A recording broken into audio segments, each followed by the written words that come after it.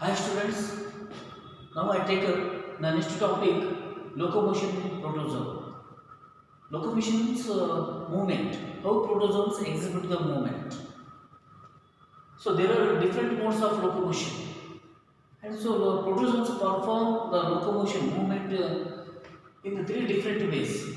Three different ways with particular part, with particular type of locomotor organelles.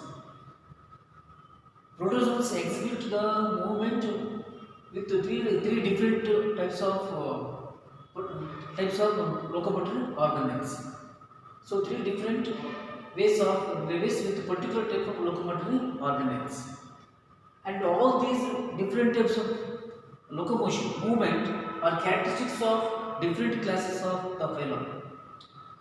Okay, so there are mainly three different types of locomotion or movement. So first one is amoeboid.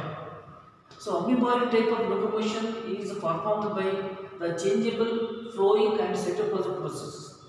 So this type of locomotion, amoeboid type of locomotion is carried out by changeable flowing. It is type of changeable flowing and cytoplasmic process, and that is carried out by the pseudopodia. So this type of locomotion carried out by the type of locomotor structures called pseudopodia. And in the presence of pseudopodia, there is the characteristic feature of rhizopoda as well as the sporozoa. Rhizopoda as well as sporozoa. So another type of locomotion is the swimming.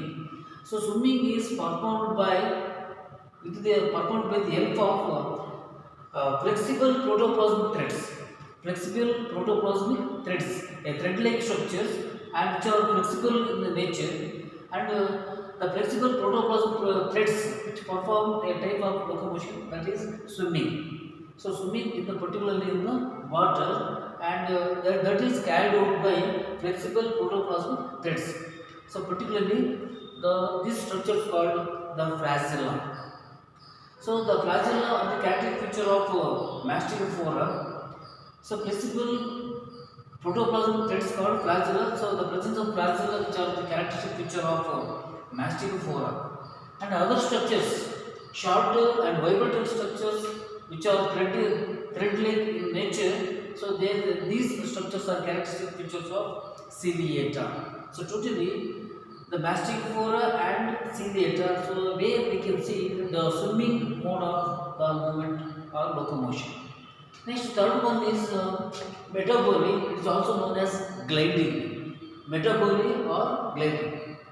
So this metaboly or gliding it is exhibited in sporozoa. In sporozoa, it is conspicuous by the absence of external locomotory organelles.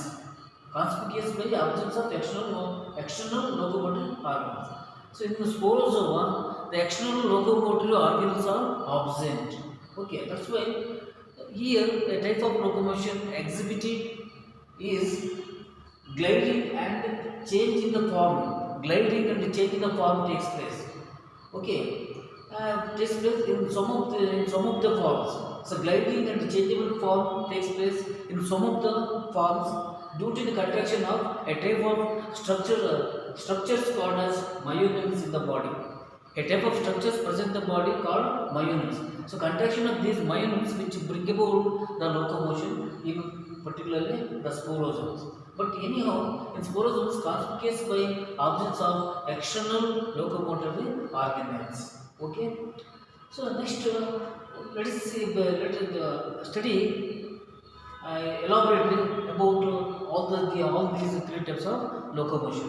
So first, how the locomotion occurs in amoeboid type of locomotion. So amoeboid type of locomotion. So here amoeboid type of movement or locomotion is the characteristics of some of the classes like Sarcodina, Mastigophora and Sporozoa. Amoeboid type of locomotion or movement is a characteristic feature of Sarcodina, Mastigophora and Sporozoa. And this amoeboid movement or amoeboid type of locomotion is well explained in particularly one particular organism, that is amoeba. So in amoeba, locomotion is performed by a type of locomotive structures called pseudopodia, and that is carried by a streaming flow of cytoplasm. So by pseudopodia, a streaming flow of cytoplasm that bring about the amoeboid type of movement. Okay, so here among all the locomotory types, this amoeboid type of movement is considered as primitive and simplest movement or locomotion. Among all locomotory types, so the amoeboid type of movement is primitive and as well as simplest one. Okay.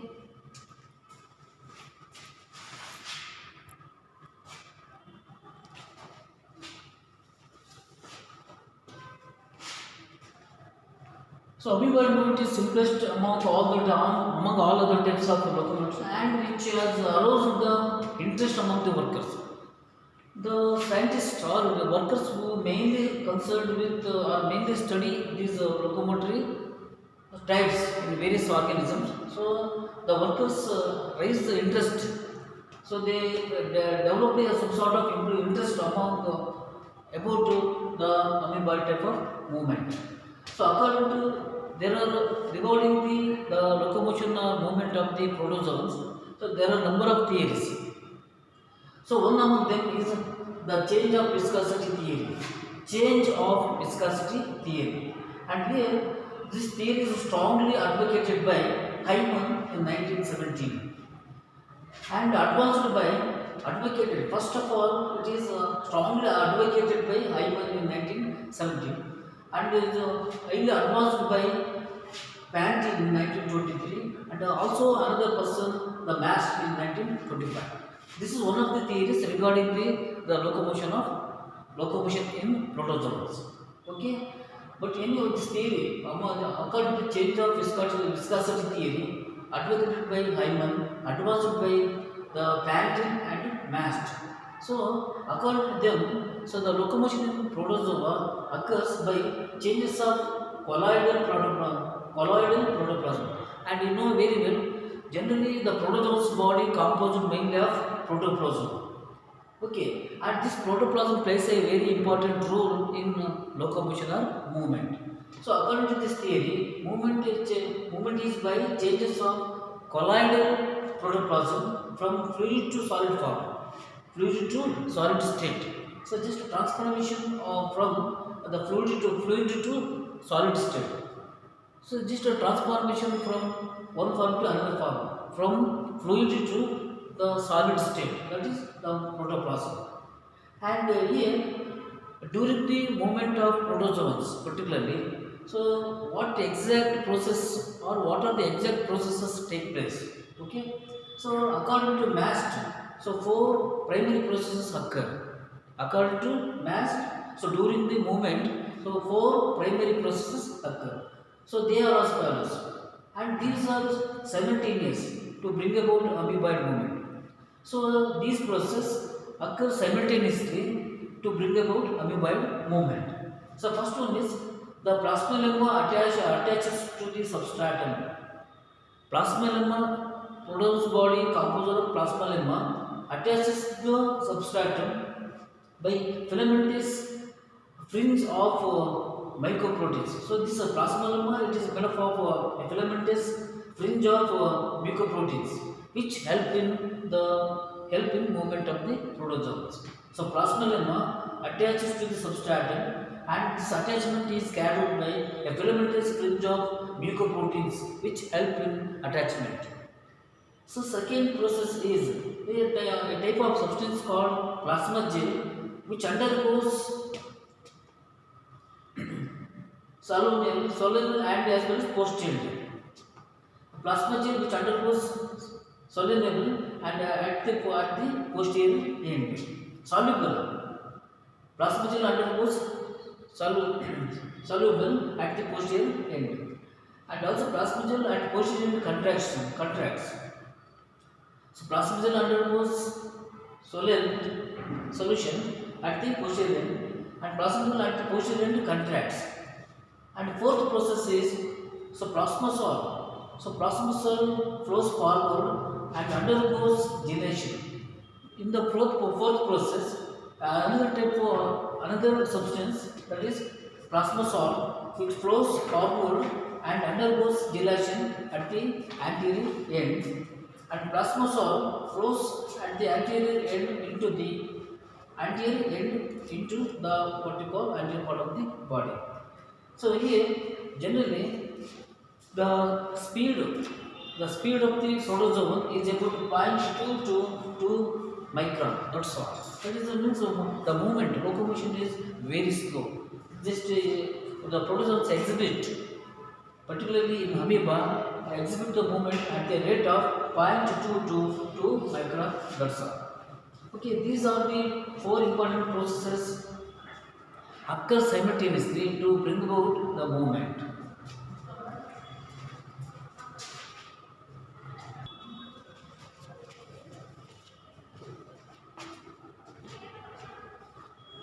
So here, plasma gel undergoes solation at the posterior end. Again, the plasma gel at posterior end contracts. And fourth process, plasma cell flows forward and undergoes gelation at the anterior end. And plasma cell flows anterior end, so into the budding process, the budding part of the pseudopodia, when the plasma cell flows continuously into flows anteriorly into the budding part of the pseudopodia, so the amoeba which exhibits the movement. And here the rate of the movement is about 0.2 to 2 micron per second. 0.2 to 2 micron per second. So that is the speed of the movement of the particularly amoeba type of organisms. So these are the four important processes simultaneously occur to bring about the movement.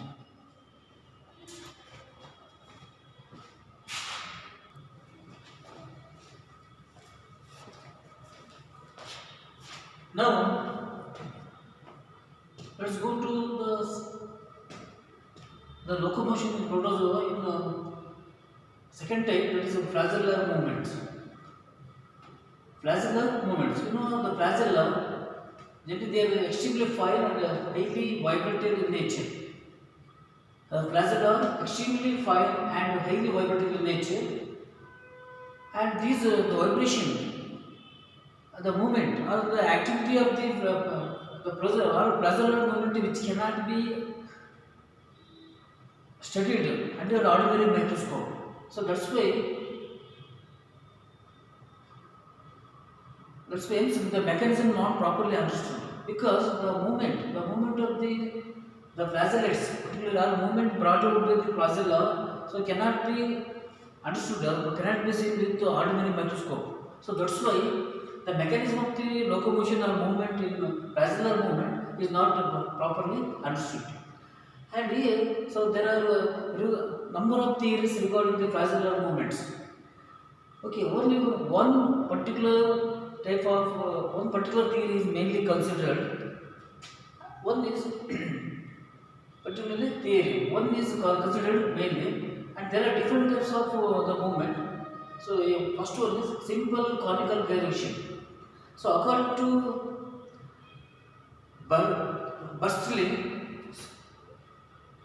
Bursley and screw theory, this is one theory mainly considered, as this is more convenient. So that theory, that is simple conical gyration. So this method is explained in this theory. So that is Bursley's screw theory of flagellum. This theory is Bursley's screw theory of flagellum. In this theory, the locomotion is performed by the lateral movements of the flagella. Driving the organism forward with the spiral rotation at its axis. So, according to this theory, the movement is carried out by the lateral movements. These lateral movements of the flagella, so driving the organism forward, and this is helped by the spiral rotation at its axis. Spiral rotation at its axis. And Metzner, a simple flagellar beat in a circle develops a current to pull the animal. So Metzner explained in another way as a simple flagellar beat is enough to push the body forward. So Metzner says that a simple flagellar beat in a circle develops a current. This current which pushes the organism forward. So these are the things held in this theory. Second V is paddler stroke. This is another type of paddler stroke is another type of locomotion, flagellar locomotion, and this is untenable. And this type of movement is untenable by the Ullela and Krisman. Ullela and Krisman, and these this paddler stroke is untenable as according to them. So flagellum, as they observed the flagellar movement and the dark field microscope. So that's why the untenable, whatever the thoughts or whatever the things we put earlier, so these are untenable by these two persons as these observed the flagellar movement under dark field microscope. So that's why, so they brought out with the new concept of movement. Okay, according to them, flagellum ordinarily moves sideways slash flagellum particularly. So the flagellum ordinarily moves sideways slash. So during rapid locomotion, sideways slash. Okay, according to them, flagellum ordinarily moves sideways slash. Okay, so during the rapid locomotion, effective stroke with slight concavity. During rapid locomotion, effective stroke is carried out with a slight concavity in the direction of the stroke. In the direction of the stroke, a slight concavity in the flagellar nature. So this slight concavity in the flagellar nature, so which bring about the effective stroke in the movement. Usually, so flagellum beat obliquely in the forward movement. So flagellum beat obliquely, not straight, somewhat obliquely, and the forward movement and rotate on its longitudinal axis. Obliquely and forward, which brings about the forward movement.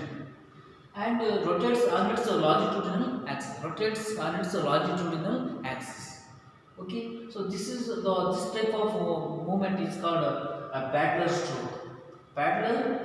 Okay, rapid locomotion is effective by the effective stroke with a slight concavity in the direction of the stroke. Okay, so that is the paddler stroke. Next one is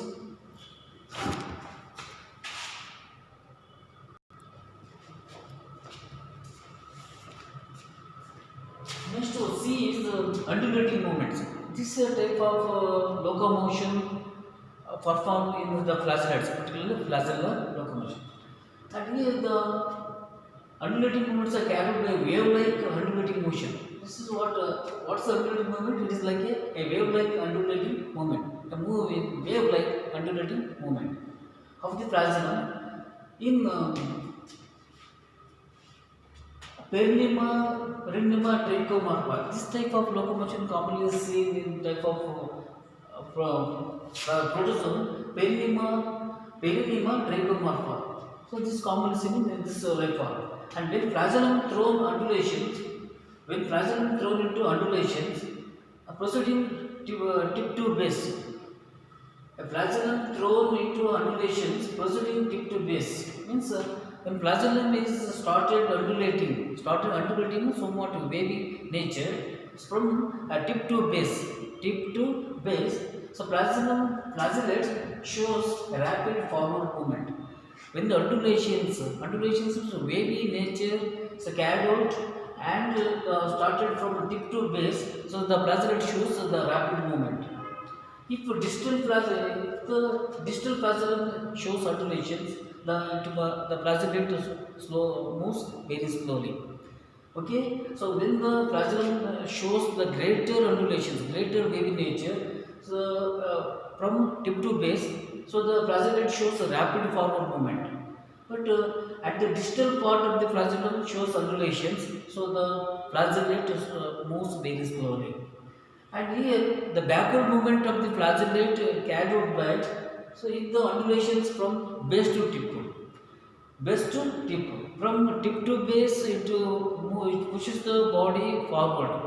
If the undulations from base to tip, so the backward movement takes place. So this is the flagellates so exhibit movement forward as well as backward. If the tip to base, if the undulations tip to base, so the flagellates move forward. If the undulations or wavy actions occur from base to tip, so the backward movement takes place. So these flagellates move swiftly in the water. So the movement of the flagellates is rapid, fast, okay, in the water, and speed is about the 15 to 300 micron per second. So that's why the flagellates move swiftly in the water, okay, and speed is 15 to 300 microns per second. And here the mechanism of the undulating movement is not properly understood. Mechanism of the undulating movements in flagellates is not properly understood. So maybe some think that so axonal fibers may be involved in this type of movement. Axonal fibers may be involved in this type of movement. Otherwise, there is no proper mechanism for this type of the movement. And for this movement, so energy is provided by ATP. So these flagellates get the energy by ATP. So this is the flagellate undulating movements take place in flagellates. So these are the three types of movements take place in flagellates, particularly flagellates. Okay, three types of flagellate movements. Simple conical gyration. Second one is paddle stroke type of movement locomotion. Third, C, undulating movements.